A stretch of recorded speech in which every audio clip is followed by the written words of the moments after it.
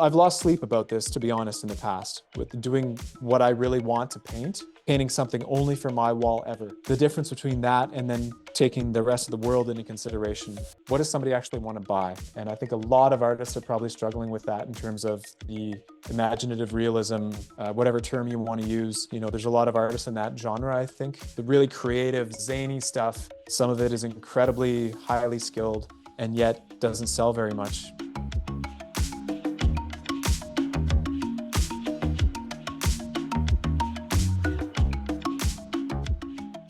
You're tuned in to The Creative Endeavor, where we unravel the stories behind the art. Discover the paths, struggles, and triumphs of artists who turn their creative dreams into reality. From smashing through creative blocks to finding your unique artistic voice, this podcast offers inspiration from working creative professionals, giving you insights to activate your artistic journey. It's real conversations with real artists. And I'm Andrew Tischler. What a pleasure to have your company here in the studio once again. Art is the purest expression of the human soul. Each creation, a glimpse into the mind of its maker. And today, in this episode, we're peeling back the layers of that creative journey, exploring the beauty, the challenges, and the brilliance that fuels an artist's path. Join me as I uncover the story behind this amazing art and the lessons in the creation and the wisdom in building a life around a creative passion. This really is where artistry meets inspiration. I'm talking to Steve Chmilar, somebody who I've been following for many years. In fact, you might recognize the name from a past episode of The Creative Endeavor. It's been about 5 years since I talked to Steve, and it's high time I bring him back for round 2. Steve creates some beautiful art. It's hard to really pin down what it is exactly, but it certainly is realistic, almost verging on the surrealistic. But it's got such a beautiful quality to it. The way he makes his paintings, it's simply exquisite. Every detail is so accurately rendered. He creates this amazing three-dimensional realm, but an impossible reality at the same time. Wait until you get into some of this work. Now, right now, you can follow Steve on his Instagram. He can be found at Steve Chmilar. And that last name is spelled Chmilar. And you'll see exactly what I mean. Realistic paintings, but such an amazing story unfolding. So I wanted to ask Steve again about his art and his creation and his process. And some real amazing stuff came out as a result of this conversation about the lengths that he goes to create his work. Of course, this led into a conversation that I've been having with many artists around the world. That is their reaction to AI and some of the technological advancements that have been happening. Does this affect his art? Just wait till you hear his answer to that question. And a huge part of the Creative Endeavor podcast are these conversations that are ongoing about the art business, what it takes to be a professional artist today.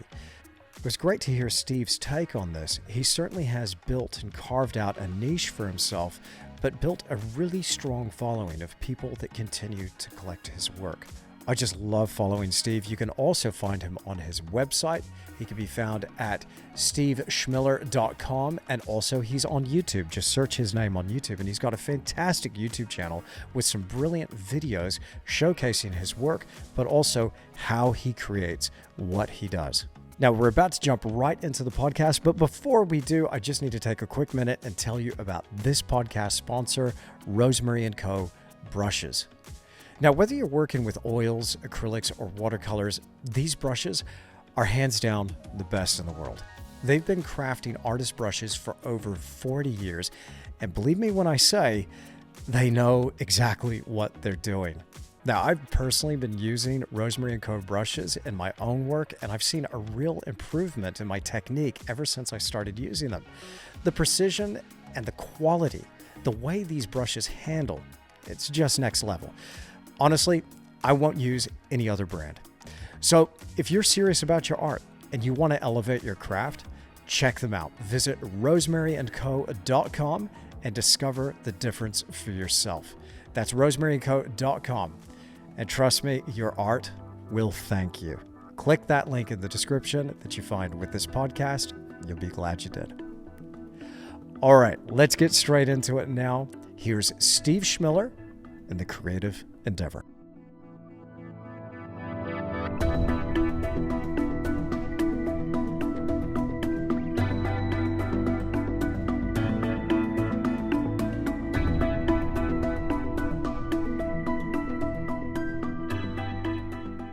Steve Chmilar, welcome to the Creative Endeavor podcast. How you doing? I'm doing fantastically well, thank you. Awesome. I recently came across one of your posts on Instagram, and I immediately had to reach out, and I was like, Steve, we got to get you back on the podcast. I was looking at this post that you had made of you're building one of your signature models of Yes. from one of these recent paintings. I think it was actually a reel. Or no, it was one of these carousel type posts that you could do on Instagram. And just the level of detail and the work that you go to building these little models and creating the world in 3D and then using that as your reference material. I really want to geek out about this. Now, of course, you've Oh, so you've do been I. on you've been on the podcast back in 2019. I think we just worked out, which is a long time ago. So welcome back, man. Thank you. That means we have lots to talk about, so that's great. We have loads to talk about. Tell me what you're working on now and some of the tangents that you're going on now with your work and some of the stuff that's inspiring you at the moment in the studio. Right now, I just finished a large painting that took a great deal of time, of course, so it's exciting to work on some small things for a while. That's what keeps it fresh to me, is working on different things. I would never want to do just one thing the whole time. And over time, I've slowly adapted to the idea of trying to be a bit more present in terms of recording video. So I've kind of convinced myself over the last year to start doing that a little bit more. So I'm excited about that. I've been teaching just 1 day a week. Of course, we have to be very protective of our time. And you know the old thought about teaching far more than you're actually making art. Never wanted to do that ever. So I try to make sure that the ratio of my income that comes from teaching versus actually making art is smaller.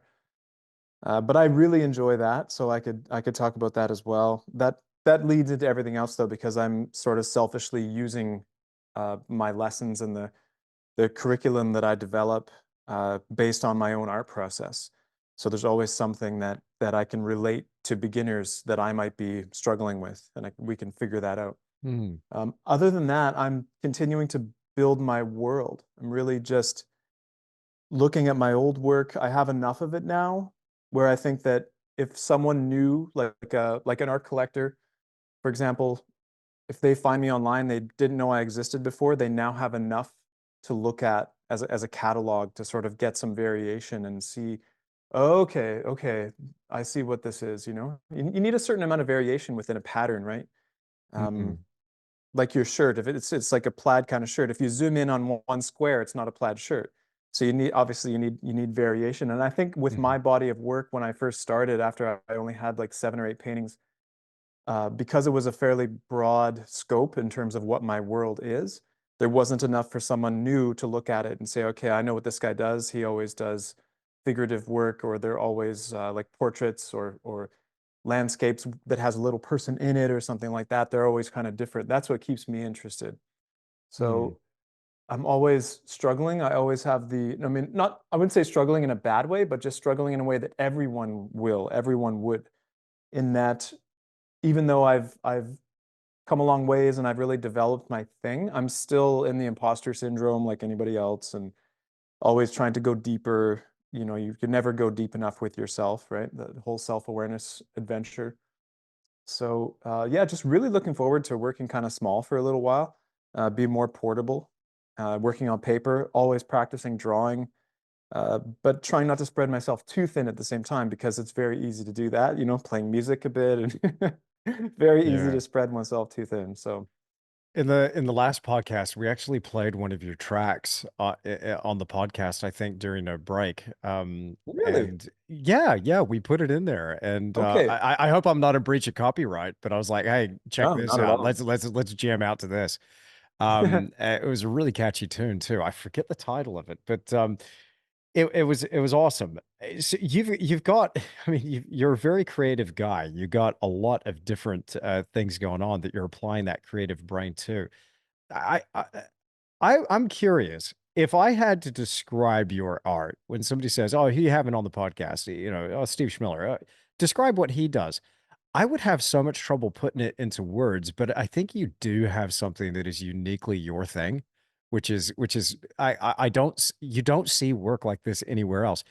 How would you describe what you do? Like what is it? What are you? Well, that's lovely to hear. I mean, I did lose sleep early in my career trying to force myself down that path where somebody like you at this point could say that, So it has always been important to me to try to be somewhat original. And I felt that way with music as well when I was younger. But I always struggled with the terminology, trying to get an elevator pitch, thinking about writing statements, all that stuff. And I think the term imaginative realism is probably one of the main catch-all terms that can be Mm, applied. It's probably the simplest thing that I would use for the general public. And of course, even that's probably still too complicated for someone that might not uh, know the context of the word realism too. Of course, the colloquial term that we all use now is just anything that looks realistic, right? So it's not from the 19th century French realists. Although there is an element of that. I guess I've always been conscious of the subject matter, which is something I really like to geek out about as well. Thinking about statements and what a person is saying with their work and why paint this rather than that to the infinite degree. So I would probably just say imaginative realism, and philosophically, it's somewhat coming from post-contemporary ideas, even though I'm not an educated person, so I can't speak to that officially. I mhm, just know that it's kind of this idea of like, you had the modern era and postmodern, and there's a point where, okay, but it's like postmodern now. Of course, that's a terrible title.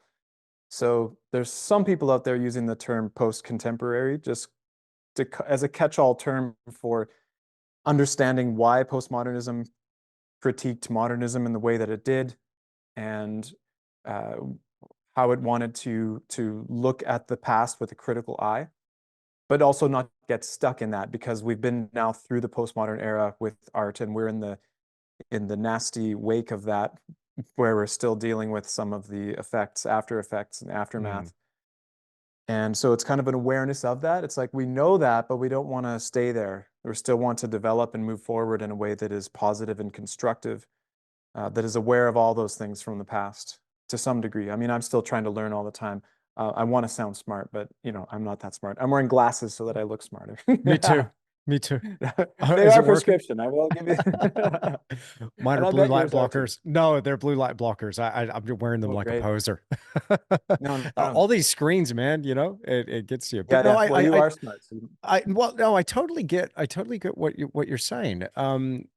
But it's still it's interesting because you're well, okay. I had this conversation with my father recently. He came back on the podcast a few episodes ago, and we were talking about art and what makes great art, and also how art communicates to us. And so when I look at your work, there is a certain narrative also that's coming through. And it's almost you can't separate it from the context that it's being produced in today. Like you're here, you're an artist painting in 2024. There's a certain gravity to that for you as a creator, I feel, that comes through in that work. But I never I don't really see much of a sense of you trying to force that story on anybody. It's just there in the painting. And the thing I appreciate about it and I enjoy, and I don't think you could do this if you didn't paint quite as well as you do, because every little aspect of that painting is rendered in such a way that it's just bathed in this whimsical light. It's got such atmosphere and drama to it, but you can tease out these pieces and keep looking at these paintings and try and just draw out this meaning of what it is.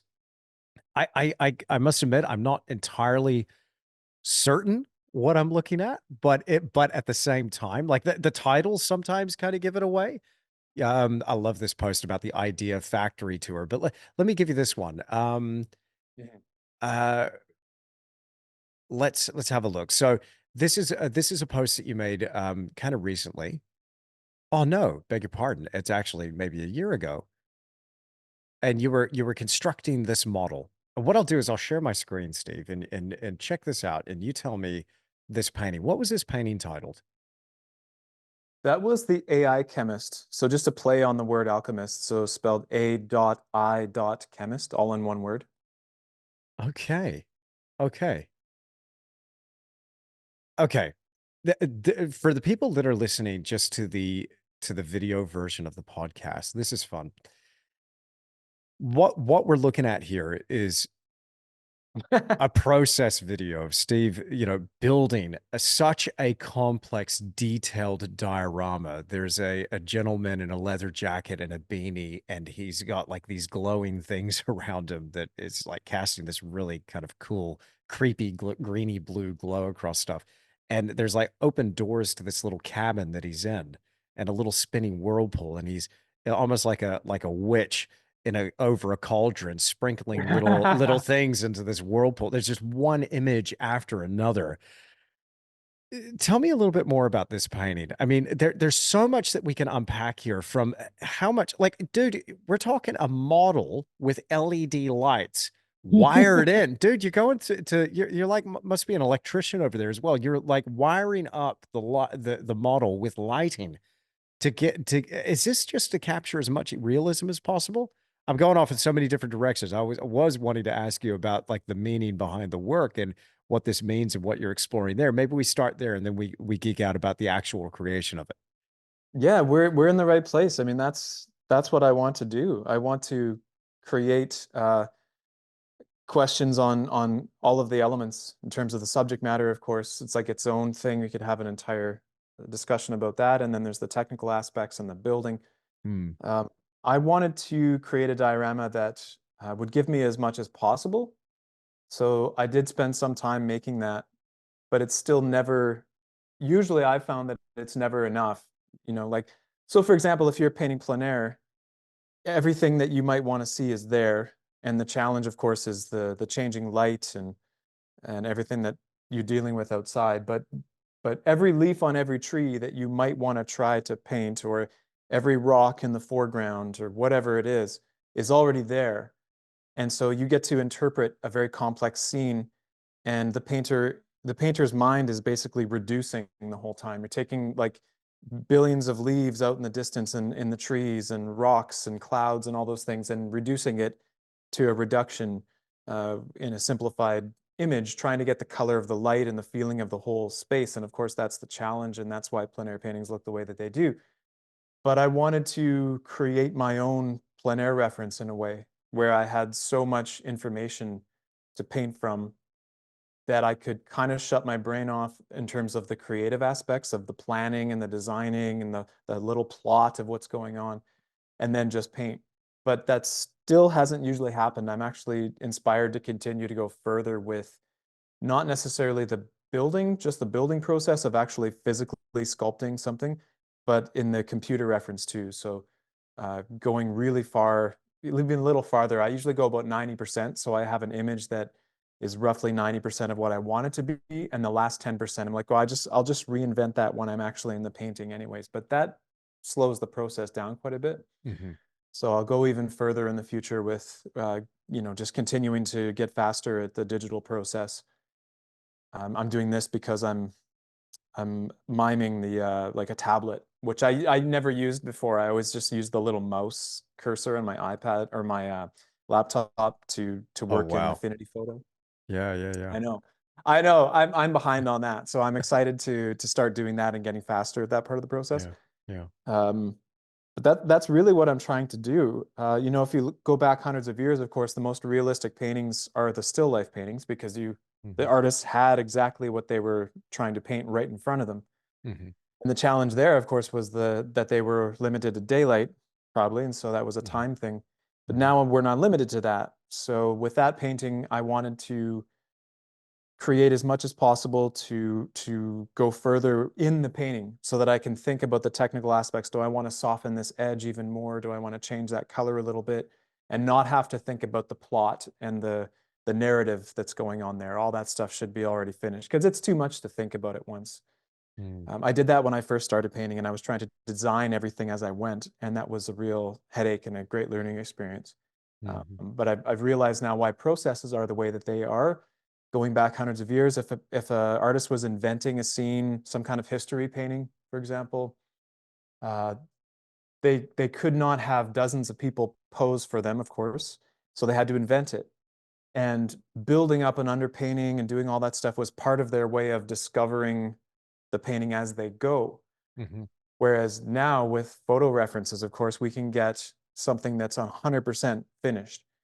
And then you can apply, you can like do whatever you want. You can print it out and then use your palette knife with the grayscale, or you can put it in the computer and actually measure the value between 0 and 100 and print that out and look at a sample of colors and know exactly what the right value and color is of that certain area, and then just apply it in one pass, like over a blank white canvas if we want, right? So I think that the most efficient possible way of working is that, and I'm looking to continue to do that just because I've got so many ideas. I don't want to spend longer on a painting if I have to, but that's something I've always wrestled with is knowing that there are faster ways to paint, but then being stuck in this kind of Dutch golden age kind of a mindset where I just really love little details and it's all about scale. Um, so yeah, I just feel like I could go on for a long time about that painting, but it was small as well. It was an Yeah. open commission, Hmm. which is uh, my term for paint whatever you want kind of a thing. The only thing that the collector decided was the size. Hmm. And I had an idea that I knew was going to be square, but that composition is complex and it could have easily been much bigger than 25 by 25 inches. Oh Uh, yeah. Yeah. Yeah, I'm for not sure sure. if you're using centimeters where you are, but No, what I is that, speak I 60? speak that language as well. We're on the metric here in New Zealand, but yeah, yeah, 25 Yeah, by 25. Yeah, we yeah, get a it could sense have of the easily been at scale least from 36. your reel that you've posted on Instagram. We really do get a sense of that scale. It's not big, but that's what makes it so impressive is that the rendering on each of these individual elements in there. I'm Mhm. it's extraordinary the detail that you go to with the model building. So when we map that out in terms of process, how long does that look as chunks of time? You've got I imagine you're going to start off with some sort of thumbnail sketch, direct that building process. And okay, so then where do you like to get to with a thumbnail sketch? How do you know when you've hit that just right and it's like, okay, now I'm ready to build the model? Yes, those are the Idea Factory posts that I have on Instagram. So there's a lot of Yeah. little thumbnail sketches, Mhm. and they're as much as possible from imagination. So they're just a feeling or like a vision in mind. And then I limit myself to the very small size thumbnail sketch so that I cannot possibly go into detail. Mhm. So a little person's head is represented by a tiny little circle that's maybe 2 millimeters wide. Mhm. And I'm just getting a general sense of the composition. That's something that I always talk about in my classes. I'm always mentioning composition. And to my surprise, so many art students don't realize how important composition is. And I'm always telling them, like, if there was one thing that I could attribute to my sales of my paintings, it's composition. It's like if we don't have composition first, then all of that detail is a waste of time. So I like to try to figure that out first, figure out something that pulls me in at a very small thumbnail sketch size. And I make a bunch of them. Try everything because they're so quick, you cannot possibly spend a lot of time on them. So it's like it almost feels like free experimentation. There's no cost. And so if I want to Mm. do 20 sketches, little tiny thumbnails, 30, 40, 60 of them or more, it feels like, well, I might use one of them in the future. So even if I don't use 49 of them and I use the 50th one, that's fine. From there, once I fall in love with one of those little compositions in a thumbnail sketch, I move it up a little bit. So I might do a sketch that is, instead of 2 centimeters by 2 centimeters, it might be 5 centimeters by 5 centimeters, or maybe up to 10 centimeters. The small thumbnail sketches are very low commitment, really just thinking about composition. I have a general idea of the narrative, but it's once I get to the 5 centimeter or 10 centimeter sketch that you can see what things are. So that's the tough part. That's when it really feels like I have to figure out what every part is going to be and build the narrative. So basically playing the role of a concept artist or a writer, a script writer almost. What's going on here? Why is there a certain object in the bottom left corner? What does it represent? How does it fit into the composition? Is it going to be light? Is it going to be dark? So from these sort of, I guess it'd be the small, what would I call that? Small, medium size, 10 centimeter sketch.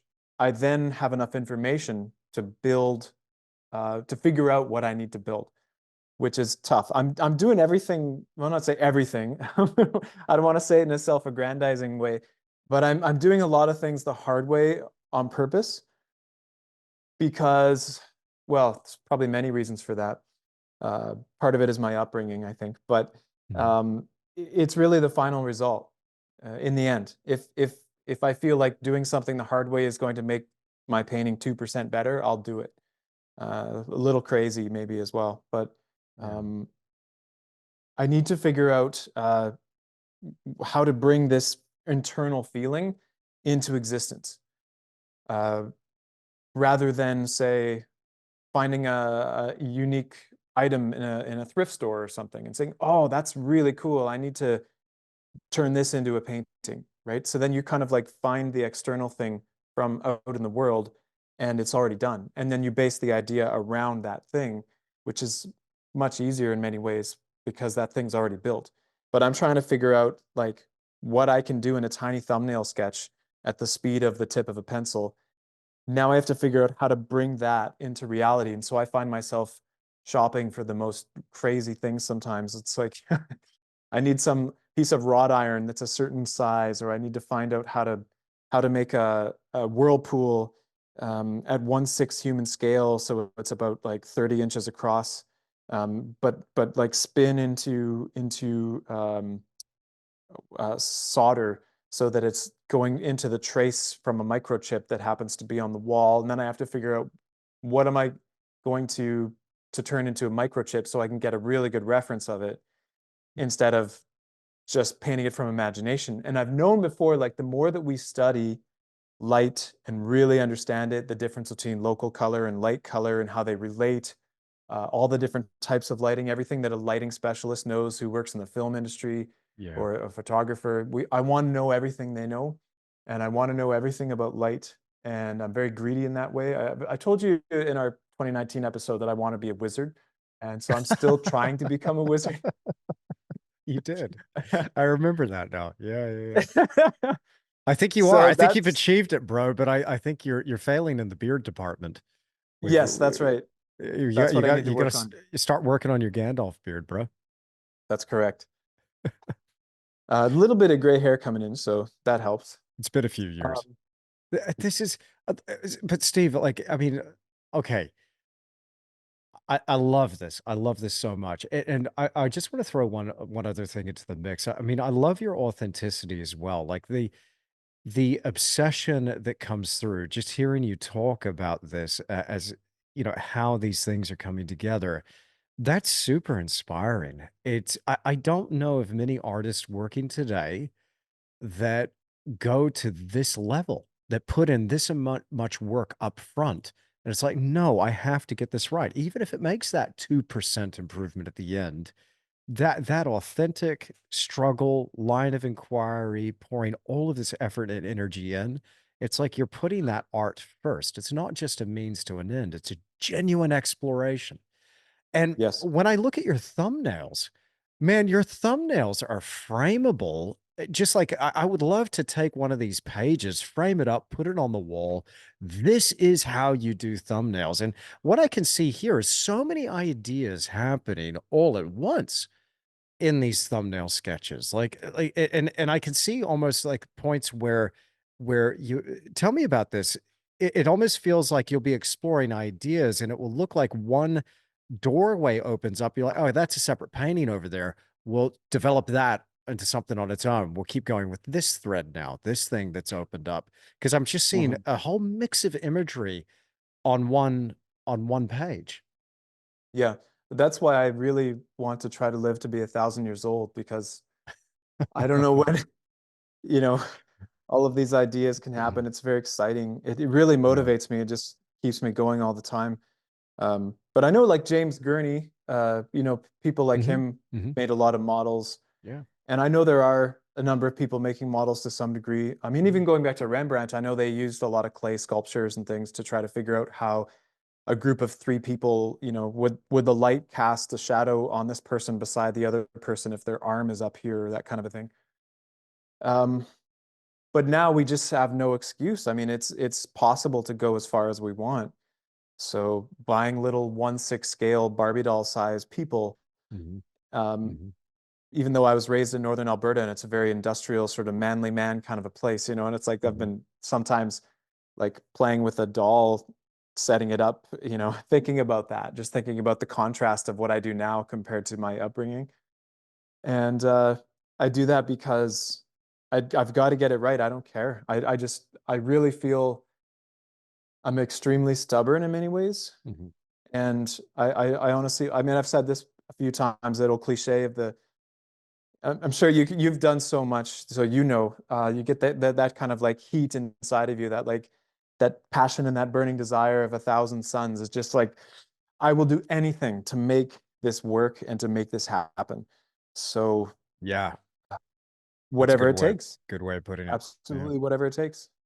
Yeah. Mhm. Um, But it's that commitment. But well, I think the thing that I've forgotten personally in recent years is process in a way, and I've just been wanting really to get there. I used to be, and I still am to a large extent about the process. But one thing your work has reminded me of, especially seeing these pages in your sketchbook, is the importance of this is putting that hard work up front and just putting it all in there. Sometimes we get caught up, and maybe it's just this day and age kind of thing. We're just so desperate to get there, get the yes. result. Put the painting up, make the post, get the likes, make the sale, just hit that deadline instead of going, hang on a second, what does my art and my bigger calling, what is that crying out for? And where does that investment really need to be made? Because I don't know, Yeah. man. I can't make another dud painting. I want to make something that's truly great. And Mhm. I'll go so far as to say the work that you're creating for me is truly great, because when I see it, it gives me that feeling inside. It moves me, but I can see, you don't. I'm so thankful that you post process pictures and videos, because you just don't get a sense of it really. I mean, oh, far out. This guy, this guy puts a lot of work into his paintings, but when you see, no, no, no, no, no, check this out. Look at the amount of work that's gone into this painting. It's very Mhm. different than just typing in a chat prompt into DALL-E and having an image spat out at you and going, right, I'll paint that. Mhm. Yeah. Have you Couldn't played be with more that? different. Have you played with that? Yeah. Couldn't be more different. Yeah. Um, and I think because we can record everything now, there's more motivation to do that. Mhm. Even just putting a ton of detail into a painting, because I can take those props and put them online, and someone can see on their smartphone something that's even larger than life, the actual life size of that part of the painting. So it really feels like it's worth my time to do that. Whereas, long time ago, way before all this technology, you might make a painting and then it goes into a private collection and only so many people see it. Or especially like the work that was commissioned for royalty or something, and they knew it was going to hang 20 feet in the air in this certain room of a palace. And so no one was ever going to get that close to it because of where they knew it was going to hang. So they weren't motivated to need to put all that time into that detail. And it's only one painting. They don't have a website. They don't have prints of it or anything like that. Hmm. So it just seems like now it's really worth it to be able to do that. But I was just uh, kind of reluctant to spend more time making video because obviously making video, as you know, is so much a larger step than just still images.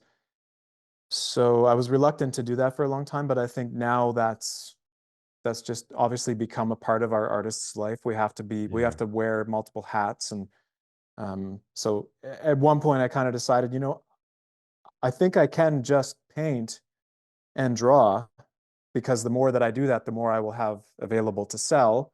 And that in and of itself is a means to an end. And that's what a lot of artists have always done. So I didn't know if I wanted to also take time to stop painting and set up a camera and set up the lights and do all that stuff. I really struggled with that for a couple of years, but now I've really seen the value of that, I think, more. And I realize going forward how much value that has to show people how much work goes into a piece so that they can appreciate it even more. And Yeah. there's endless potential options for where that can be as well. Like in Hmm. an exhibition, I could have a screen between a couple of paintings that's playing a video on a 20-minute loop or something. And Hmm. then people can look at the painting and then they can watch this little video and see all of the process that goes into it. So it just seems like, yeah, it just makes sense. It's more work, of course, but right, the more we work on things, the more reward we get. So yeah. Absolutely. And it Yeah. helps, right? I mean, I love helping people. I really do, almost to a fault. I've Hmm. fallen in love with that more and more over the last few years. I think our last episode, I hadn't really started teaching yet locally, Hmm. and over the last 4 years, I've taught quite a lot, just usually on Tuesdays, and some weekend workshops like once a month. So on average, Hmm. maybe 6 days a month. Hmm. And I just love seeing the aha moment on people's faces when they realize something, and when you can help them with the most basic thing. Um, Amazing. I, Yeah. yeah, Yeah. I love that. And it's just an excuse for me to use those things too, because I don't really believe that there's a such thing as beginner, intermediate, advanced painting. It's kind of depends where a person wants to take it. Hmm. So I can use a problem that I'm dealing with in my own composition that I would say is probably more of an advanced problem, and I can boil it down into something that we can use in a beginner class. And I kind of selfishly get paid to teach people something that I also want to work on anyways. Right. Yeah. Okay. I hear Take you. the time to Yeah. work on it. Yeah, Yeah. yeah. So I love that. I absolutely love that. Yeah. I'm really curious as to what you would what you how you would teach. How do you teach what you do? How do you approach a workshop? And what are people wanting to work on? They're like, okay, I'm going to be doing a workshop with Steve Chmilar here. I'm gonna be building a model based on my thumbnails. No, No, so how does this work? well, How do you it's approach it? local. I'm Hmm. teaching local. I'm going to make some more specialized online courses eventually that would Hmm. deal with exactly what I do. Hmm. But locally, we've had to just find the market. So of course, there's always way more beginners than there are more advanced people Hmm. locally that can come physically in person to the school where I teach at. Right. And I love teaching beginner stuff. Like um, first of all, because I know what everyone in the class, I know where they're at. Hmm. So before the class even starts, I know exactly what they need to know. Whereas with an intermediate course where somebody, or you might get a couple people that are kind of advanced, and then you get, 1/3 of the class is actually still beginner, and they really need to work on some other things. And then a third of the class is intermediate, and then the third of the class is really, fully absorbed into the level that they need to be. Um, but I find that there's no difference. So let's say, for example, when I'm inventing something, let's say I'm working on a painting and there's an arm, uh, and my reference I realize doesn't have a cast shadow on it. And then I'm like, oh, wait a minute. I forgot to do that when I did the photo shoot. So much to think about, right? Like you're thinking Hmm. about costumes, you're thinking about all that stuff. Hmm. So then you have to invent. And it's like, well, I got to have a cast shadow going across that person's arm. Otherwise, it doesn't make sense. I could just not do it, but it's going to look so cool if I do it. So then it's like, well, I'm really just dealing with rudiments of two-dimensional the world. So I've got a cylinder. What light condition is that cylinder in? How would that cast shadow fall on it? What is the ambient light color? Uh, so I take a lot of things like that, and I don't make people paint exactly what I do in my paintings. I would just say, let's do the boring stuff and stay with me here, right? So I'm kind of like talking so much as all these disclaimers while I'm teaching. I'm just like 7.5 hours in one day. I teach 3 classes. And at the end of one day, it's 7.5 hours of solid teaching time on top of setup and all that stuff. So it's a really long day, but I don't mind it. But I'm talking so much because I'm trying to uh, really give people a sense of how much is going on here and why some of the hard stuff is not taught enough. And I've got a lot of feelings about art teaching in general. I think it's easy to critique the contemporary sort of postmodern art world in terms of how they teach. And then there's the atelier system, and there's a big gap in the middle. And there's the illustration world and the concept art world, and they kind of do their own thing. And I feel like I want to do all those things. I want to have all of those things wrapped up in one course. And one of those things is just the boring, it's like eating broccoli with no cheese on it or no salt or anything. It's like, this is really healthy. You guys are going to do this. We're going to eat some Brussels sprouts. We're going to do some push-ups and jumping jacks. And like, it's the Yeah. stuff that everyone really needs to do. Mhm. Um, but I don't think is often taught very much because it's not entertaining in the classroom setting, right? If you go to an atelier that has like some old sculptures and it's just like, that stuff is so impressive. And I want to draw a hand like Peter Paul Rubens that has all these veins in it and fully render it. And that's exciting. But I think there's a lot of art students that might take on that challenge of drawing a hand like Peter Paul Rubens who still don't understand how to invent a cylinder. Like, what is the light? How do we know like what's going to happen in that cylinder? Uh, Going down to just boiling it down to the most basic possible thing. And so I'm always kind of trying to make those boring lessons more exciting just by, I don't know, I have music playing in the class. I'm just trying to be excited myself so people can tell that this is actually really important. This is huge. I'm saying that all the time. Like, this is really big. I know I said that about the last thing we were just talking about 10 minutes ago, but this is so huge. This is like the most Yeah. important art lesson you're ever going to get today. And then Yeah. next week, I'll say the same thing about the next thing we're doing. But it really is like, and I'm so motivated by anybody that does anything difficult. I'm probably motivated by more people that are not artists today than I am by artists because they're kind of like went really far in their field and they're obsessed with what they do, and that's motivating to me. I don't care what it is that they do. So just for a quick example, Joe Satriani, the guitar player, I Mhm. saw a clip of one of his lessons and he was saying, get real with yourself. It's like, just sit down and say, like, do I really know the name of every note on my fretboard? Like, like that? Do I really know? No, you probably don't. Mhm. So learn it. You know what I mean? And that's why I relate with guitar. It's like, okay, yeah, I know that I don't instantly know every note. So it's the same thing with just lighting a cylinder. Do I really know what would happen with that cylinder in this lighting condition if I was to try to paint it from imagination? And the more that I Mm. know about that, the more I could become a wizard someday and don't have to spend so much time. I don't know if that will ever happen though, honestly, because there's just so much information when you get a photograph of somebody, and it really is so much quicker. But Mhm. yet you can stylize then, right? If you're only always married to the exact image, and that is like the absolute best thing you can imagine painting, okay, that's great. But what if you want to paint something that doesn't quite exist and then you have to invent something? So then you have to know more about how that works and then also putting stylization on top of that, which to my surprise, some ateliers don't do that. And I'm not speaking from experience. I've never gone to an atelier, but I have some great friends through Instagram who I discuss things with that have gone to ateliers. And there are some that will just be like, site size, all the information that you need is there. You don't need to know the name of the sternocleidomastoid and the, you know, the acromion process and all the different fancy terms. You don't need to know any of that. Just look at what you're seeing, draw it really, really well, paint it really, really accurately, relative measurement, all that kind of stuff, and then there's your great painting. But I want to combine some of that knowledge with the the illustrators, the comic book artists. Like, man, those people. Like to look at somebody like Ryan Benjamin, I'm sure you've seen maybe like Proco YouTube channel, people like Hmm. that. Hmm. Like watching him draw a face to me is so much more difficult, even though it's not a fully rendered face in terms of realism and all that.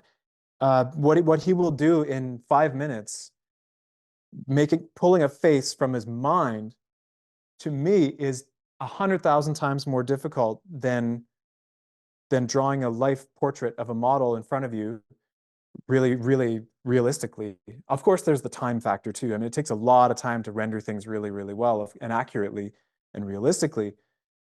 But that's the real gold to me. Like, I want to know what those people know, the golden age of illustration, going back to Rockwell and J.C. Leyendecker and Howard Pyle and all those people, N.C. Wyeth. I want to know what they know. Of course, that's tough because then you kind of split focus, right? But I also want to render, uh, realistic paintings in full color that kind of go all the way. If you have your reference, if you have everything there. Um, so I've probably, I don't even know, gone off on in another No, direction. and I've just pulled up Ryan Benjamin here on Instagram, and I 100% see what you're saying. What you're talking about is it really, for me, this highlights so much of my exploration at the moment because I've recently bitten off some pretty hefty mouthfuls that I now have to chew. And these projects that have caused me to go, okay, there's a gap in my knowledge and in my understanding now. I don't know Yeah. every note on that fretboard. And now it becomes painfully obvious. This whole time for the last, 15, 20 years, I've been playing ACG, ACG. That's not ACG as I'm singing that because I don't know my notes clearly, but there's just three chords kind of over and over and over again. Is there something else that I can do? And so to give you an example, so I had this idea that was a result of a trip that went bad, and then I had to reimagine it. And then when I was trying to tease out the image, it just came to me like a lightning bolt. Boom, this is what you got to paint. I can't take any ownership for the idea, the way it just flashed in my head. I'm like, far out, that's what I have to do. I feel it was almost a bit of a spiritual experience. Mm. But what resulted in that is I have to put these horses at a giant scale in the landscape. Perspective has to make sense. Lighting has to make sense. And now suddenly I'm going, oh shoot, I thought I knew horses. I don't know horse anatomy. I don't know how the quadricep enters into that hip. I don't know about, my different joints and the angles at which they're moving in deep space. And so I have to study, and now I have to work this stuff out. And now I'm finding I'm learning a whole new language so that I can speak on this thing so it makes sense. When you get it wrong, people know. But it's Mhm. interesting that the more I push myself and try to get it right, people are just like, "Oh yeah, yeah, that looks kind of cool." When you get it wrong, it's Mhm. really wrong. But to just bridge that gap and get to the point where this thing's accurate requires an enormous amount of study. Mhm. I love it. I'm getting to a Yeah. point now where I don't look at that grudgingly at all. I I I love it. I think this is fun. Yes, Mhm. it takes a lot of time. That can lead to a bit of frustration because it's like, oh, I just really want to get there, but oh, it's wrong. I have to repaint that bit. I have Mhm. these realizations once it's up there at scale where I'm like, Yeah. okay, this has got to be redone this bit. But But I'm I just wondering, I sorry. totally hear you. No, I just want to say I totally hear and appreciate everything that you're saying, Stephen. Yeah, Yeah. yeah. Carry on. I'm just wondering why you don't use the horse app. There's an app that shows you can just light them exactly how you want, any position. Maybe I didn't know about the horse app. I don't have that downloaded. Immediately, I'm downloading the horse app. Save all this time. Get the horse app. But speaking of horse app, we were talking before, why doesn't Steve Chmilar enter into an AI image generator, a text prompt, and there's your painting? Why don't you do that? Why not? Like, seriously, why not? Partially because I still don't understand it completely. Okay. I'll admit that. I've fooled around with it a little bit, Hmm. and I've found that there would be, if I did practice with AI prompt generators enough, I'm sure I could figure out how to make everything digitally in that way and then paint it. But part of this is also because I don't want to sit in front of a computer all day and Hmm. then also paint all day, either seated or standing in one place. Hmm. Like many humans, I think I need a change of scenery and I need to move. And so I decided back in, I think it was 2014, when I started to use references. I decided that I would go old school Mm. instead of getting one of the 3D animation programs. Mm. So that was like before 2014. If someone goes on my website and they scroll way down to the bottom, they will see my earliest work. I usually don't promote it. I'll let you go ahead and do that if you want to. Sure. Special occasion. But most of my earliest work was as much as possible from imagination. And then I found myself trying to figure out how the light would go on the side of a bald man's side profile head in a certain lighting condition. And then I'd have to go on Google Images and try to search for bald man side profile, and you never find what you're looking for. You find some things that are kind of close, and you're like, oh, I can take Mm. the facial features from this one, but then the ear is better in this one. And I can take like 8 different images and sort of like put them together the old fashioned way, like Norman Rockwell with a bunch of black and white photographs or something. Mm. But I decided that instead of using one of those programs where, I knew I had to get a bigger computer. Then I'd probably have to take some courses, and it would be quite a learning curve to use the big programs that the animators that are using to actually make like full quality major motion pictures. So I knew, yeah, of course, if I use one of those programs and I went that deep into it, I could make incredible stuff. But some of the smaller programs that were a little bit easier to use, they had these like light rendering effects. And then I looked closely at the demos at the time and I was like, Mm. that's pretty good, but I mean, I've got the option of real light here. I can actually Yeah. use real lights, Yeah. high quality DSLR. And then as I'm building this maquette, I'm getting to do what a sculptor does and physically use my hands instead of just clicking on a mouse the whole time. Mm. And then I'm also being physically active. Like I would rather have to physically get up, use my legs, go over to the wall, plug that light into it with an extension cord, adjust it with my arms. I want to move. I'm a human. We want to. I want to. That's part of the process, I think. Um, and then also interacting with people too. I mean, that's a big part of it as well. I mean, Right. a successful art career can be very insular. And so before I was using any reference models like actual people, I then had to ask myself, like, am I a photographer in that way? Like, do I know enough? How good would I be at getting people to model for me and, making them feel comfortable, knowing what to do? Do I have a big enough space to do that? Do I have enough contacts? Do I know enough people? Um, do I have the photo gear, soft boxes, all that stuff? And then I realized, no, that's exciting to me because it's pushing myself into a new direction. And then also I'd get to interact with real people.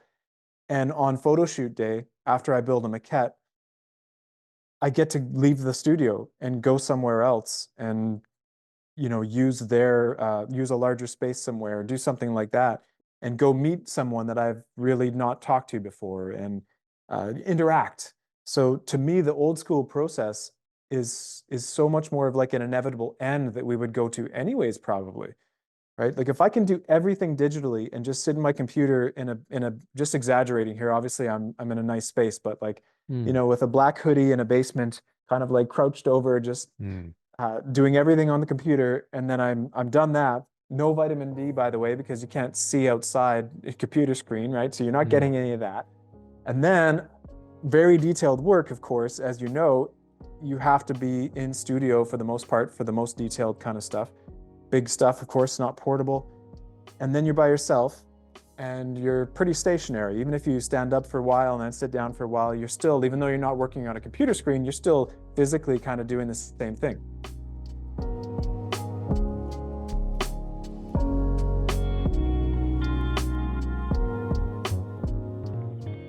I really hope you're enjoying this episode of the Creative Endeavor podcast. I just need to take a quick minute and let you know again about this podcast sponsor, Rosemary & Co. brushes.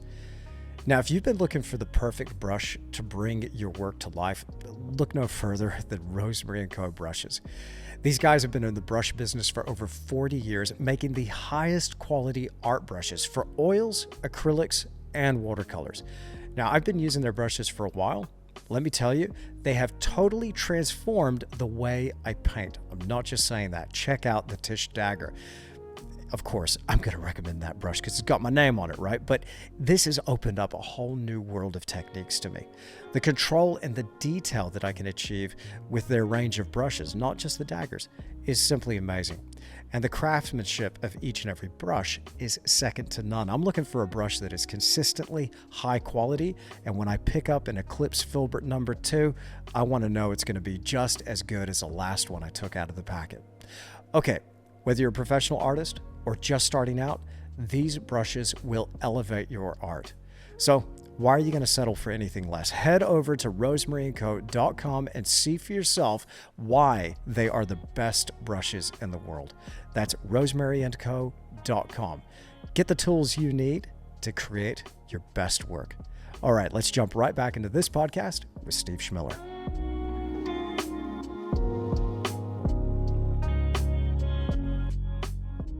So that was a big part of the motivation. So that went all the way back to 2014 when I decided that I'm going to do this old school.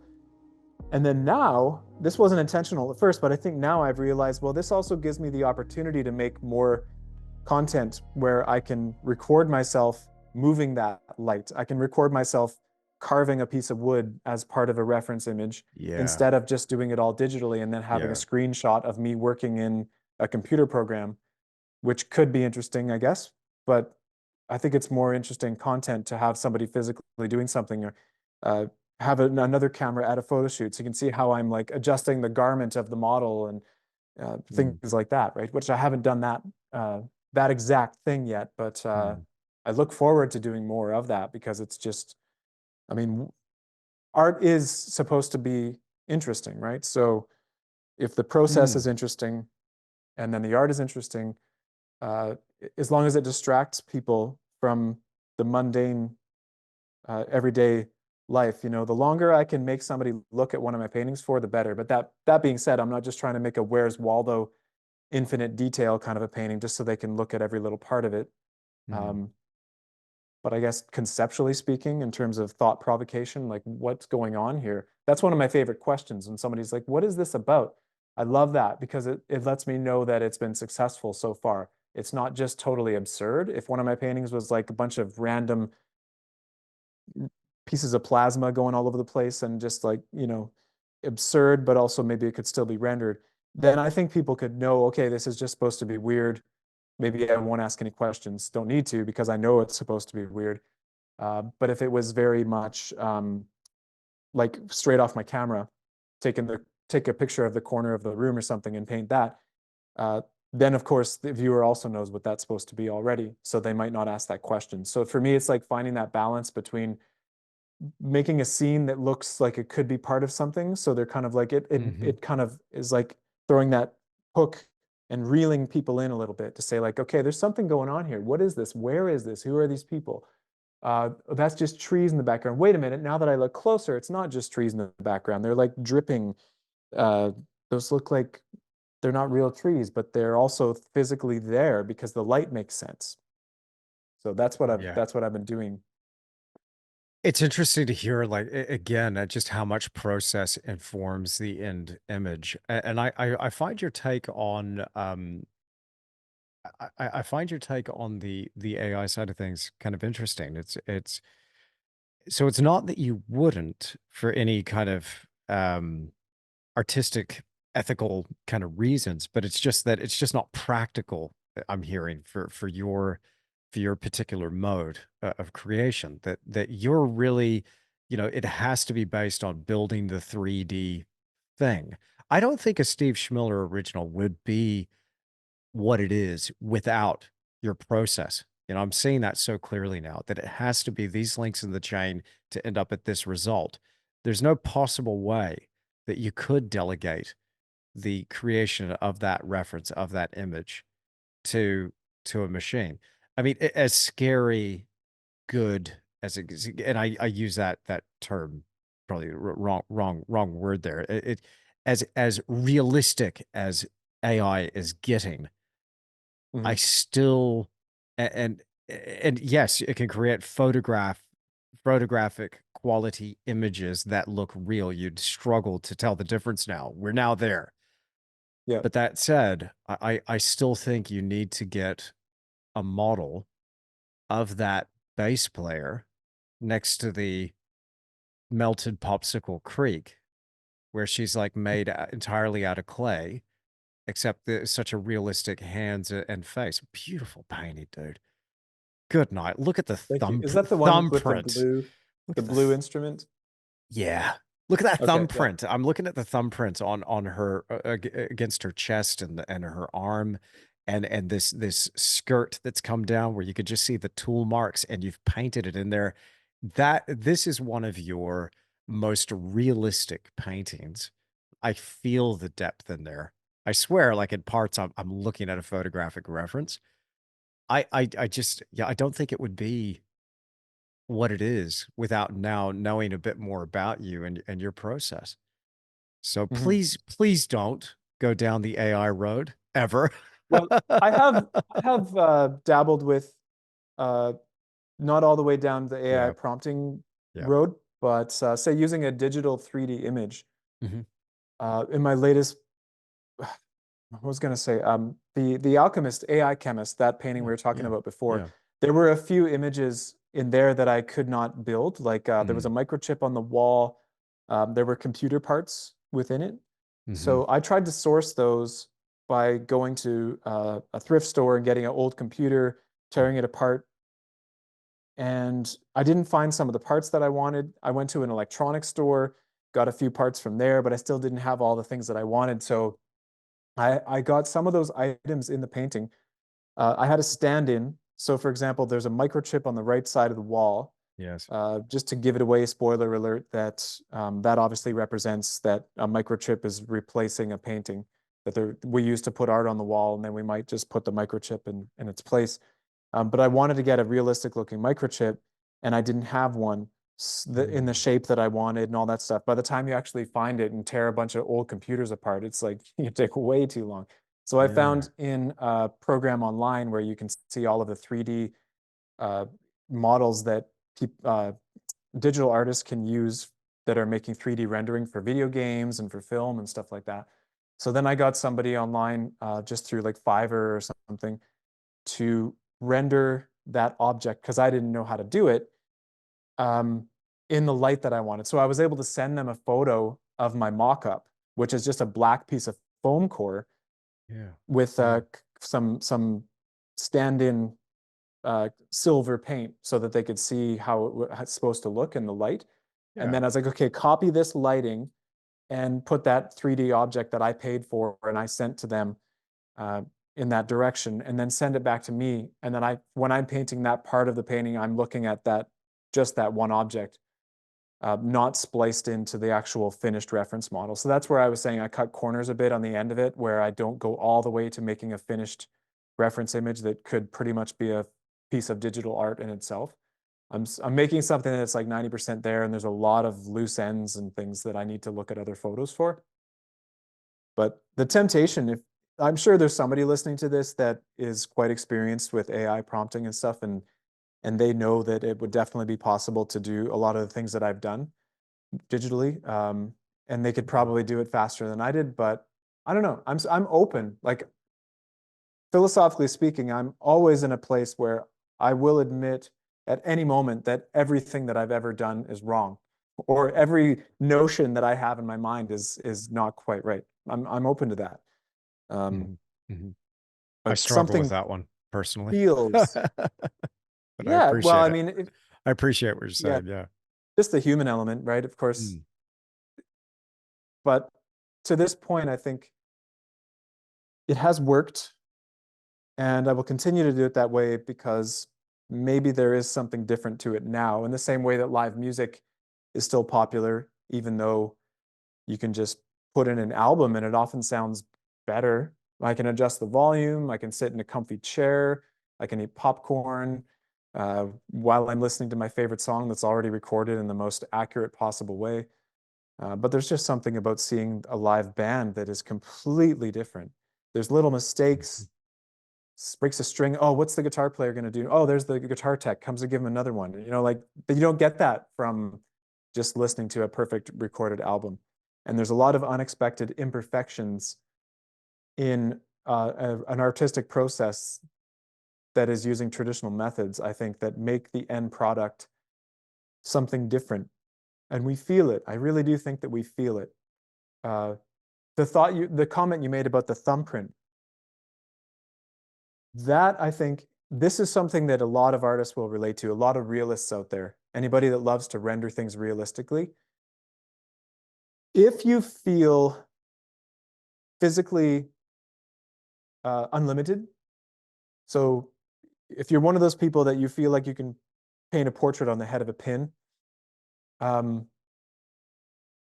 then sometimes that's a curse, because we want to render things too perfectly. And I think there are a lot of realist artists out there that can do that and sort of do that. And the work can really look digital. I've been guilty of that in many ways. And I don't think of that as I think of it as a compliment if someone sees my art and automatically thinks it's digital and then moves on. That's fine. I'm fine with that. But looking closer, you see all the physical marks of paint. You know, you can see, oh yeah, that's definitely painting.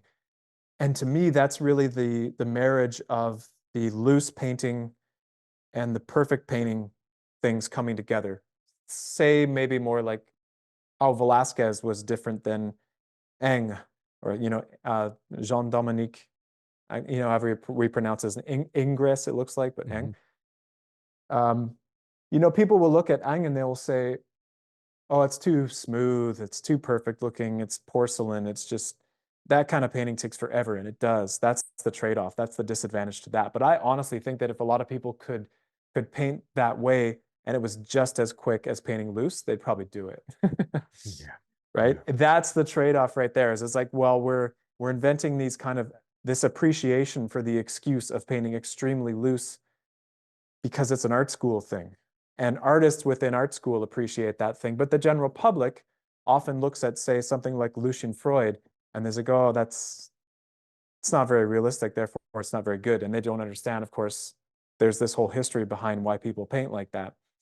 Same with the plein air painting. I think a lot of the general public, totally like non-art people, like blue collar people, they might see a plein air landscape and not understand it, not understand that it was painted in one session while the person was outside. That's why it looks the way that it does.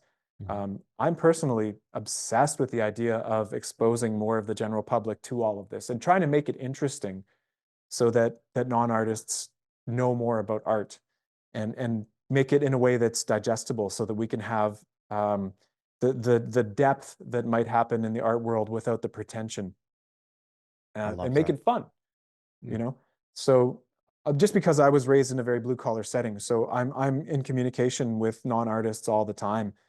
And I find there's a big gap there in understanding in terms of why Velasquez, why an artist might look at Velasquez and be like, oh, we put him on a pedestal because there's something about the fluid brush marks, and you can tell that he was just so good at what he was doing. That's why it kind of looks a little bit, in air quotes, messy when you look closely at a Velasquez to a non-artist from the general public, maybe your plumber or the farmer that grew our food. They might look at a Velasquez compared to an Ingres and they might say, well, that one looks kind of more like a photograph, so therefore that's a better painting, in air quotes. But it's like, well, wait a minute. If you knew what painters knew, then they might say that the same thing with music. Like they see like a guitar player who's a virtuoso in terms of technical speed and perfection, and they go, well, that guy's great because wow, listen to how fast he's playing. And it's like, well, wait a minute. Let's listen to this other person who's not playing that fast and then understand why that's maybe more difficult actually in many ways. Mhm. There's a choice there. There's a meaning to the space between notes instead of just playing a million notes per second. And Mm. it's exactly the same thing with technical painting. I think that the painters out there, myself included, I'm sure yourself included, that if you feel like technically unlimited, so you know that you could paint like, if you had a commission to do like a 10 by 10-inch painting, it was supposed to take 2 years. Of course, it's you'd go crazy, but you could, with a tiny brush, make everything as accurate as you could possibly imagine. Is it worth it? Does it make the story better? Artists that are painting portraits online, where you can see every pore in the flesh, Mhm. Mhm. right? Every whisker. I mean, to me, it's just like, does that make the story better? Does that make the portrait better? Why does a Velasquez portrait portray the person and the character of that person without every pore? Why does it portray them better in many ways? Because of how great painters like him were. So to me, that question you had, or that when you mentioned the thumbprint in the clay reference model, Mhm. that's something that I've always struggled with. It's like, do I need to, how much time do I want to put into this idea when I have 1,000 other ideas that are ready to go? Do I need to make this look technically as impressive as possible so that someone might see it and be like, oh my goodness, I don't know what this painting's about. I don't care. Look at that realism. It's just impeccable. And then I want to dial it back a little bit consciously. I want to say, like, I know that I could spend even more time to make every single little tiny part of this painting as realistic as it could possibly be. But I intentionally want to take a Velasquez influence and dial it back a little bit, make that edge a little softer, just use the illusion of detail and consciously plan out exactly how detailed it really needs to be so that I can go on to the next painting sooner instead of taking 12 million hours. And I think that is really something that only certain people can talk about because I do feel technically unlimited. I wish I was that way with music when I was a teenager. I practiced for hours and hours and hours, like 8 hours a day at one point with a metronome. I had a guitar practice journal where I would write down like 2 or 3 dozen different exercises where I had my metronome plan, just like Steve Vai used to do this apparently. It's like, okay, I can do this triplets exercise at 120 beats per minute. And I do that until my hand gets tired. And then I move on and then I come back and I do it at 121 beats per minute. And now it feels easy because I like work weight training, it's like Mhm. you get easier and you build yourself up like that. And uh, I wanted to do that with music, but I failed in some ways because I spent years practicing and realized that, wow, when I learned that certain guitar players could kind of do that stuff after only a couple years, 10, 15 years into my musician life, when I still didn't really feel that that stuff was very easy, I realized that, okay, there's a technical limitation there. Like maybe my hands are just not made to play in that blistering speed kind of a way. And with art, visual art, I do feel technically unlimited. I'm not to sound, I hope that doesn't sound like I'm being too boastful, but I do feel like I when I take the time, uh, get a maul stick or whatever, bracing your hand so that, you can sharpen the pencil or get the smallest brush or whatever. I do feel like that would be possible. But it's just like, how many paintings do I want to make in my life? I don't want to make 3 paintings, even though they could be the most technically impressive paintings you might see, but I want to make more paintings. So I'm dialing back a lot of the detail. And I think that painting you were talking about with the thumbprint in the person, I generally don't, I'm trying not to do that as much now, I would say, because I want to do only what's necessary at scale, at a certain scale size, and then be able to move on.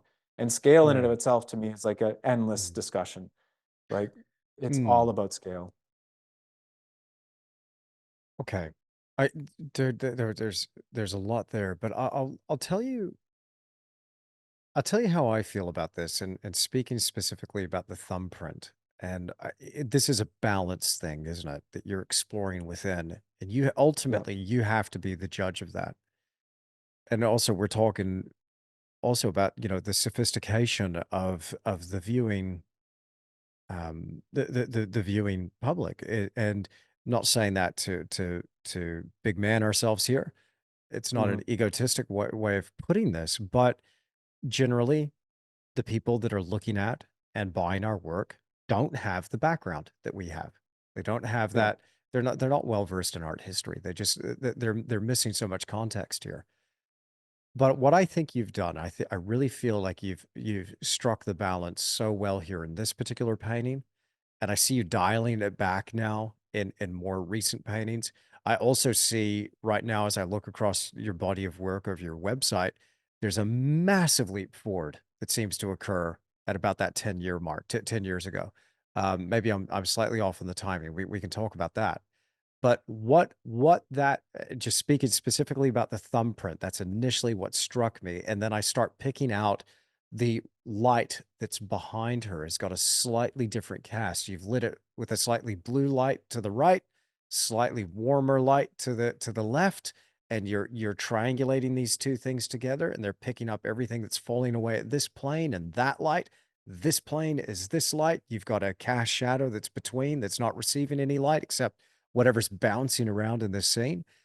I think it's that level of realism that you strike that immediately hooks you, draws you in, and now and it's really a case of now that I've got you, Yeah. look at this overall story that's being presented to you, and what Yes. meaning is coming out of that for you. You know, Hmm. and that really keeps me looking at this again and again. Like, just like I don't think it would be a Schmiller without process, I don't think it would be a Schmiller without that level of precision. Wherever you find the balance, I know you're striking it just right. I love your work, man. I love it. And I don't mean to gush. Like I really mean that. I absolutely love it. But I don't think it would be quite the same if you if yeah, if you didn't have that level of realism. And I'm glad that you're at that point where technically you've proven now you could do anything with a brush. If you put your mind to it, you could do anything with a brush. I firmly believe that. And so now it's a question of, okay, you've got the language. What do you want to say? And I'm just, that's what makes watching your journey so exciting. So exciting. You know, it's cool, man. It's really cool. But the I wanna change gears here slightly, if you're ready to. If there's a couple more Oh things yeah. you wanna add to that, by all means. But we've talked a lot, in the past, about this. I think we mentioned this in our last episode. We talked a little bit about it. And one of the themes of the podcast, you know, eh, there's a bit of a business focus here. There's a bit of a, professional development side of things here. And you mentioned you were playing a little bit more with video content creation. I like what you were saying about striking the balance between teaching a physical workshop and then, also and just limiting yourself, getting that balance right within your life. So that's just one day. Man, I got it completely out of balance the other way. And now I'm having to dial this back in such a way that I'm able to sustain creative production. It's been Mhm. crazy trying to paint and teach Yeah. online. I've created a monster and now I got to keep feeding it. Otherwise, it's going to devour my life. But let's go into Well, the bit. yeah. Go on. No, I was just gonna say Jump in you're. there. I mean, it's so cool to talk to you too because you are a great example of somebody that's obviously been an inspiration to so many people, including myself, in terms of modeling your career not just as a great artist, but also being able to help people and teach people and have that presence online that is kind of blazing a path for a lot of other people, right? So Thank you. I just I'm happy to be here for that reason. Thank you, man. Thank you. Um, well, what are some of the things though that you're playing with now, just in terms of an art business perspective? And some of the things that you've realized in the last 5 years since we spoke last, some of the things that you're maybe approaching differently now with your approach to maybe online business and how you monetize this thing, because obviously it's working for you, And Yeah. so what are some of the things that you find are working and some of the things that you're working on and developing? That's a great question because I feel that I might be one of the laziest people when it comes to business, Hmm. and therefore very lucky, very, very lucky. Um, I mean, to be honest, I haven't really put a lot of effort into the business part of it. And to take this opportunity, speaking about this topic, to be boastful now, like, well, I think our episode in 2019, at that point, I was still like, I'd pretty much sold everything that I made. I mean, not little sketches, quick sketches, but the real work, the paintings that I took a lot of time that are part of my oeuvre. I was practicing my French there, oeuvre. Um, the drawings that I'd taken a lot of time on. At that point, I think I'd sold everything that I made, minus one or two things. But after that podcast, like when 2020 happened, I was really kind of concerned at first. I was like, oh my goodness, what's going to happen with the art business? Like, people aren't going to be buying luxury items now with all of this terrible, global stuff that's happening. But it was kind of the opposite, actually. I had a few inquiries come in around the same period of time. And so I was at a point where I had pretty much already sold everything. And I was confident that if I finish a new painting and put it out to my list of collectors, that I'd probably sell it. So I had kind of like one level. I went up to the next level after that. And then I had multiple requests and then started to take like pre-deposits for art around 2020. And to the point where I had then a list, like I had a list of people that had already put a deposit down for a painting, which were open commissions. So I got to decide what the subject matter was. It was really just a matter of them deciding how much they wanted to spend, which was determining the size. And it hasn't stopped since then. So I've been really lucky because I haven't read any of those art business books. Like I think most art stores have like how to make your life as an artist, that kind of. I haven't read any of those books. Yeah. Um, I've gone against the rule. I've heard people talk about in the past, like rule of thirds, like spend a third of your time making art, spend a third of your time going out to meeting people and schmoozing with at art shows, and spend another third of your time promoting and all that kind of stuff. And I'm just like, I spend 99% of my time making art, and that 1% goes to, say, going to an art fair. Like I haven't really done an art fair for a while either. But when I lived in Toronto, I would do an indoor art fair, really nice. People are dressed up. All the work is lit well, a great place to show off. And I would just take my work, and I feel like I'd put so much into the work itself that when people talk to me about the work, I'm just like boiling over the top with like endless things to talk about. If somebody really wants to talk about a painting, I'd just be like, oh, this is this plan, and then this happened, and I did this, and blah blah blah. And I'm not trying to sell anything. Like there's no sales pitch. Like I'm just talking about the work that I made, and that to them was the sales pitch. But I didn't have to, you know, I think with a lot of like modern art, sometimes like if it's a pile of extension cords at a Miami art fair, sculpture of extension cords in a big tangle, and some billionaire gets off of a yacht. Sometimes a sales pitch is really needed to support a lot of that kind of work, modern and postmodern work. You really need the artist statement paragraph with a lot of big flowery words to support a lot of that kind of stuff. But for the kind of stuff that we make, they can see the time, they Yeah. see the work that goes into it. If they want to know more about the actual painting or what I was thinking when I painted it, I'll just I'll talk for as long as they want, and I will Mhm. never run out of things to say because I've put so much thought and effort and time into the work itself Mhm. already. Mhm. So I've basically rehearsed my script of what I might say to somebody by just putting so much thought into the actual painting itself. And so that's why I feel like I've gotten lucky to start out in kind of a naive way when I was in like 2009, when I really started painting seriously with time. By 2000, end of 2011 was my first show where I had works for sale. Made one big sale from that. I already had pretty good prices thankfully, because someone told me that I should do that, and I had one really great sale. And from there, it was many times in the early part of my career where I was kind of hanging by a thread. The first 5 or 6 years were quite stressful, but I did hang by a thread, and I was able to keep doing what I want the whole time. So at first, very naive. It's like, I'm going to paint these weird scenes that a lot of people are going to think are strange, and a lot of people that are looking for something that matches their couch as a decorative piece of art, they're not going to understand it. They might not want it. But on a global level, there's probably somebody out there that wants a painting like the kind of paintings that I make from the bottom of my heart, in my soul, that I need to make.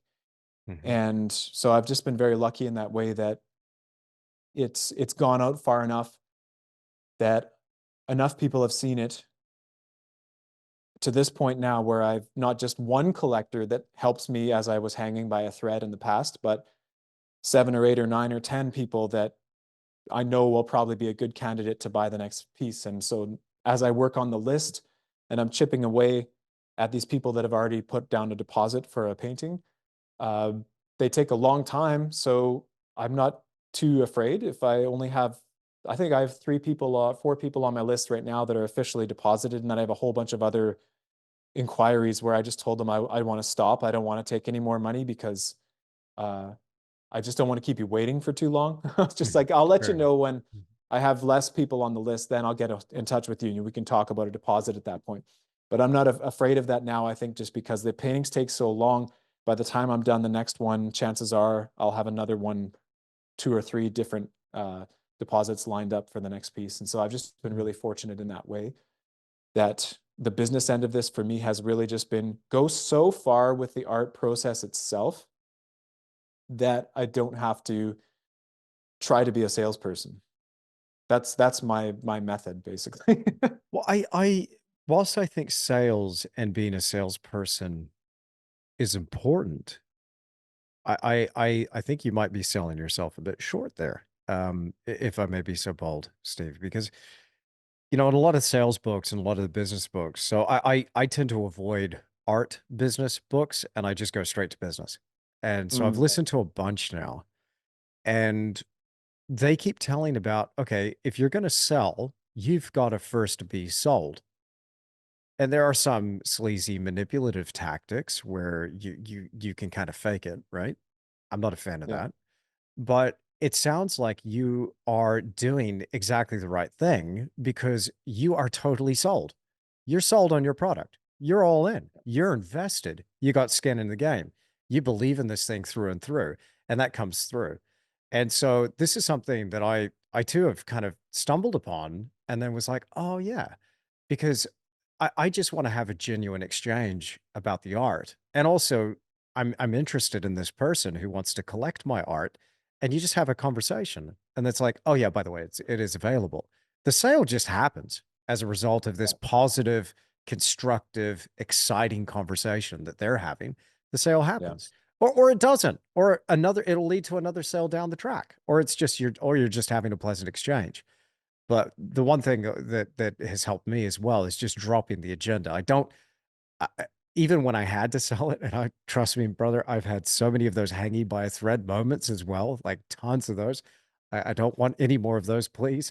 But yeah, but even in those moments, I worked out very quickly that I had to drop that desperation. I don't even have to make the sale. It's either going to happen or it's not. Let's just focus on what's important, talk about the art, and what can I answer and how open can I be in that exchange. I mhm, think you're hitting it, just right. You really are. And it's wonderful that you've got this group of people that have gotten behind you and will support you like that. That's the spot to be in, man. That's success right there. I mean, there are yeah, lots of people. I mean, looking at your Instagram, you got 15,000 followers on Instagram. That's a crime. I want everybody that's listening to this podcast right now to click the link in the description, follow Steve on Instagram right now, please. But here's the deal, like, you don't need a massive following to be what you need is this group of people that are believers. Like they are all in for you, man, because they can recognize and see. I know the lengths this guy's going to create this work of art, and just look at the dang thing. It's beautiful. Mhm. And where else are you going to find something as well? Somebody that is treading this path and doing it in the way you're doing it. You know, Mhm. I don't think there's gonna be another Steve Chmilar. I don't. Like, this is so unique, you know, that your mix of imagery, and then when you attach to that the process, it's it's good stuff, man. It's inspiring. That's a great compliment. Thank you. I think all of this in light too, with going back to the idea of helping others. Mhm, mhm, Obviously, with classes, it's mostly just art technique, general art theory. But mhm. I'm I'm sure you're familiar with Threads, which is the new Instagram version of Yeah, Twitter.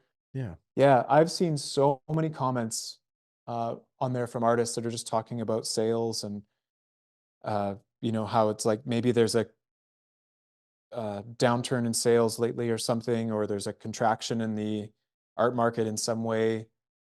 And I don't personally feel that, but I see a lot of people talking about that, and I Mhm, and I just feel like I want to help anybody that is um, maybe in need of some sort of a, I don't know. Hopefully, this doesn't sound like I'm not putting myself on a pedestal because there's still so much that I need to learn, but that there's some kind of a recalibration of expectations, mhm, mhm, or a recalibration of how this can work, mm. instead of going down the well-trodden path of, well, I'll tell you, when I was in Toronto in shared art spaces, I really had to consciously swim against the stream. I felt like the majority of artists that I was around were very much motivated by the idea of just producing a lot of work as fast as possible, and you know therefore making a very low price, doing art fairs, representing themselves. And some people specialize in that. I think there are a number of people out there that have done quite well with that. But from what I see, there's also got to be way more that have not done very well with that, from what I've seen in threads on Instagram. And I echo the same thing that I think a lot of other successful artists have echoed in interviews, not just podcasts, but also written interviews and magazines, Mhm. is that it always comes down to the work. It's the work first. Like it has to be there. And it doesn't matter how many art books a person reads, if they tick all the boxes and do everything right in terms of how they're supposed to do things with business. It's really difficult to take a step back and look at our own work and say, like, okay, what's wrong here? How can I go from where I am currently and improve this in some way, but still be true to myself? Mhm. Right on. That's the other thing. Like, it's so easy to be influenced by what we think might sell rather than what I know that I want to do. And then that's just a journey of self-discovery at the end of the day. Mm. Like Mike Rowe, that guy that Dirty Jobs, I think. Oh, yeah, yeah, yeah. So there was a quick episode where he talked about, some people will find a job that's not very popular, it's not glamorous, but they learn to love it. And I think in part that's what happened to me earlier in my career, with thinking about what I can do with these nasty paintings, that some of them could be little too weird, or sometimes a little too dark. How can I invite in something that might be a little bit more decoratively pleasing, and limit myself to that, in something that's not too scary, and learn to love that? Because I know that if I go in this direction a little bit more towards the flowery end rather than the demonic end or something, that chances are it will also sell more. And it's taken a while to adapt to that, but I think it can be done. It takes time. Um, but yeah, it's like on a razor's edge between doing something that I feel is, I mean, I've lost sleep about this, to be honest, in the past, with doing what I really want to paint. If there was no one else on the planet, just me, and I'm painting something only for my wall ever, the difference between that and then taking the rest of the world into consideration. Okay, what does somebody actually want to buy? And I think a lot of artists are probably struggling with that in terms of the imaginative realism, uh, new contemporary, whatever term you want to use, dark art. There's a lot of artists in that genre, I think. Some of the Los Angeles galleries, they're the really creative, zany stuff. Some of it is incredibly highly skilled and yet doesn't sell very much because that person wants to go in a certain direction. And it's maybe just a matter of time. They have to find people that actually have the money to buy that kind of work that also Hmm. want to buy it. Hmm. But I think a lot of it is kind of recalibrating our long-term outlook in terms of like, how can I make something that utilizes my skill that might also match someone's couch in a decorative sense, but there's also something to it that feels very, very deep. And if I needed to talk about this painting in terms of the narrative and the sort of like the artist statement behind the painting, that I'm not losing anything in that by making it a little bit prettier or something. So I think it depends on which one of my pieces that I go through. I think I have been sort of safe a couple times with my decisions. Um, yeah, that's a real ball of wax. I don't even know if I can keep going in that direction. I'll let you I'll I let you thought, take it away. There's so many well, directions we can go in. I think that's a really no, I totally appreciate it. I just want to talk about one thing though, just kind of at the beginning of that. And when we're talking about art and business and economies, and hearing people talk about things. So you're mentioning threads there about what's going on in the market and is there a particular downturn and all that various stuff. Well, one thing I didn't want to cut you off and jump in there, but just backtracking a little. Um, there could be a downturn, there could be a recession, there could be some sort of economic crash.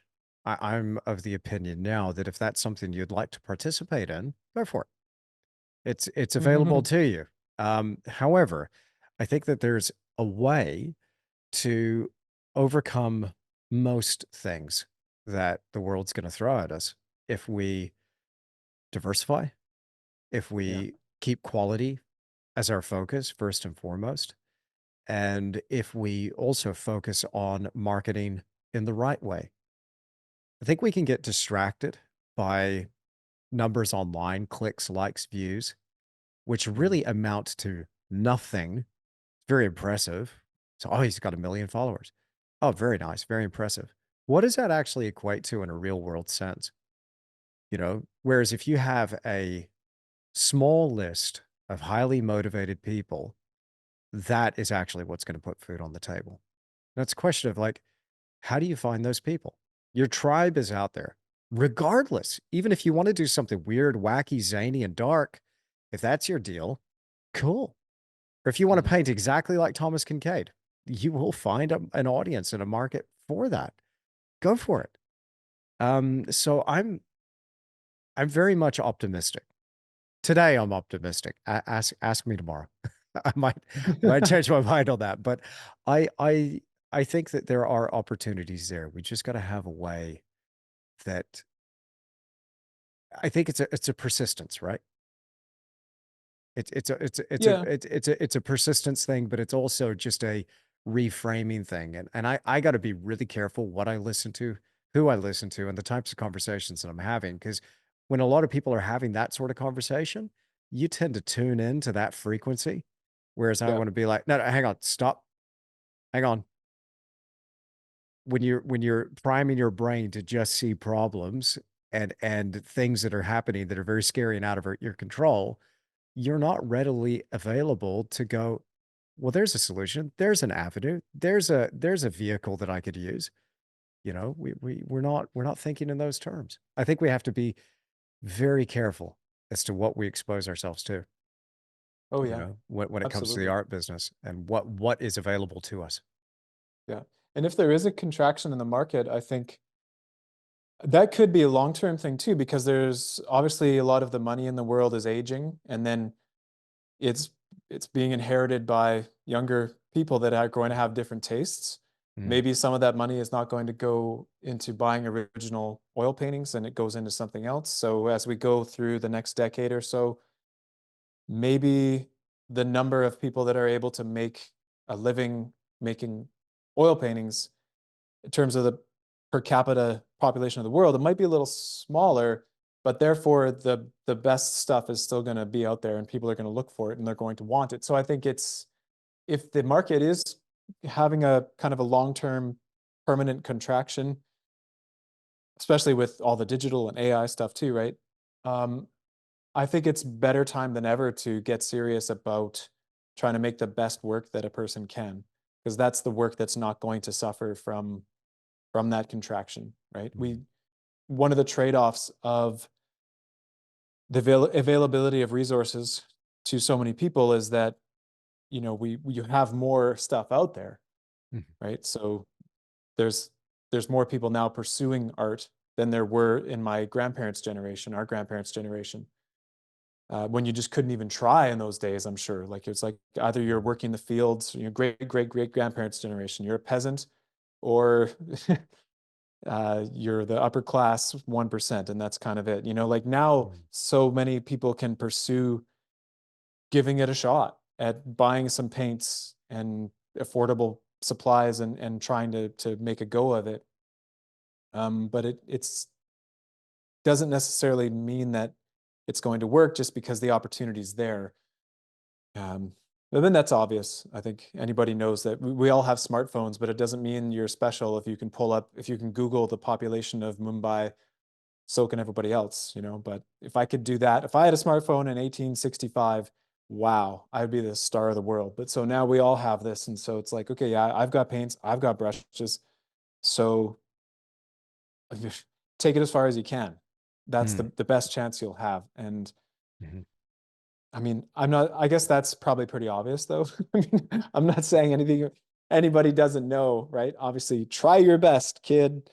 Go out there and give it a shot. You know, like that was just always my motivation from the beginning. It was like, I kind of had an instinct, I guess, that I knew that if I was going to do this, I've got to be all in. I've got to be 100%. And I really feel so much appreciation. And I think it's just so commendable, people out there that have made it work and also have a lot of other challenges too.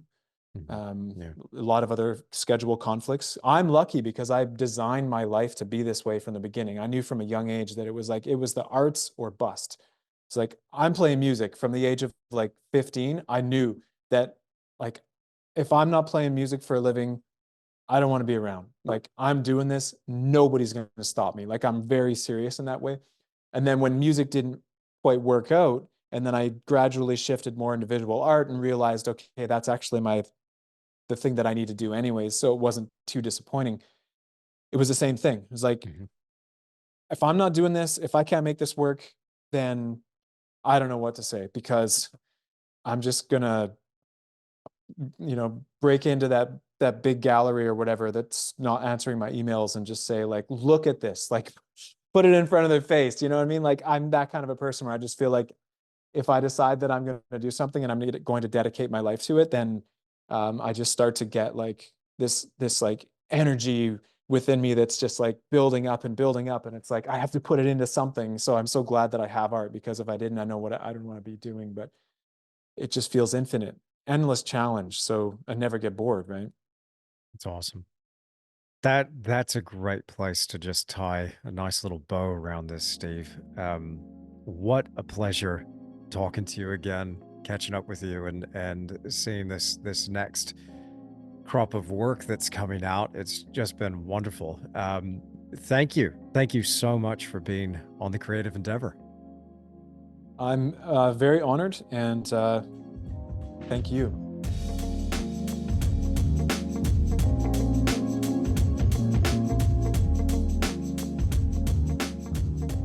Well, I really hope you've enjoyed this episode of the Creative Endeavor podcast. A huge thank you to Steve Chmilar for joining me. Right now, if you're not following Steve on Instagram, change that quick. He can be found at Steve Chmilar. That last name is spelled Chmilar. Also on his website, www.stevechmilar.com. And make sure you follow him on YouTube as well. Check out some of those really cool videos that he's putting together. And just see the links that this guy goes to create that source material for these unbelievable paintings. He's one to watch. He really is. Yes, he's been doing this for a while. And I know it's not a numbers game for Steve, but it would be really fantastic to see Steve get the attention that his art deserves. In my opinion, he's one of the best realist artists working today, and I just find his work so inspiring and just amazing. So please make sure you're following him now. Now, of course, you can always find the official video version of the Creative Endeavor podcast on my academy. You'll find that at tish.academy. This is where we're cutting in images of the artist's work. You can see both me and my guest artist in studio, and it's just generally a great way to support something that you love to listen to. So right now, for a very limited time, I think by the time this podcast comes out and goes live, you've got one more week to sign up for Tish Academy, and at $5 a month, you can have access to the video version of the Creative Endeavor podcast, as well as a library of painting content well over 200 hours and counting. There's full tutorials, courses on painting, critique videos, and of course, at the higher tier, you have access to live streams. So right now, we got 2 tiers. The lower tier at $5 a month, and you can get access to the Creative Endeavor podcast video version as well. But at the higher tier, at $18 a month, you've got access to live streams on top of the entire library as well. So if that interests you, check that out and head on over before the end of this week, and you'll get in before the price rise. Because honestly, it's such a stupid, ridiculously good deal. I'm going to have to up the prices. So make sure you check that out, and I thank you very much for doing so. All right, and if you enjoyed this episode of The Creative Endeavor, do me a huge favor, leave me a rating or a review on whatever audio platform you're listening on. It makes a huge difference to the show. But thank you so much for joining me here in the studio. I've really enjoyed your company, and I'll see you again in another episode of The Creative Endeavor.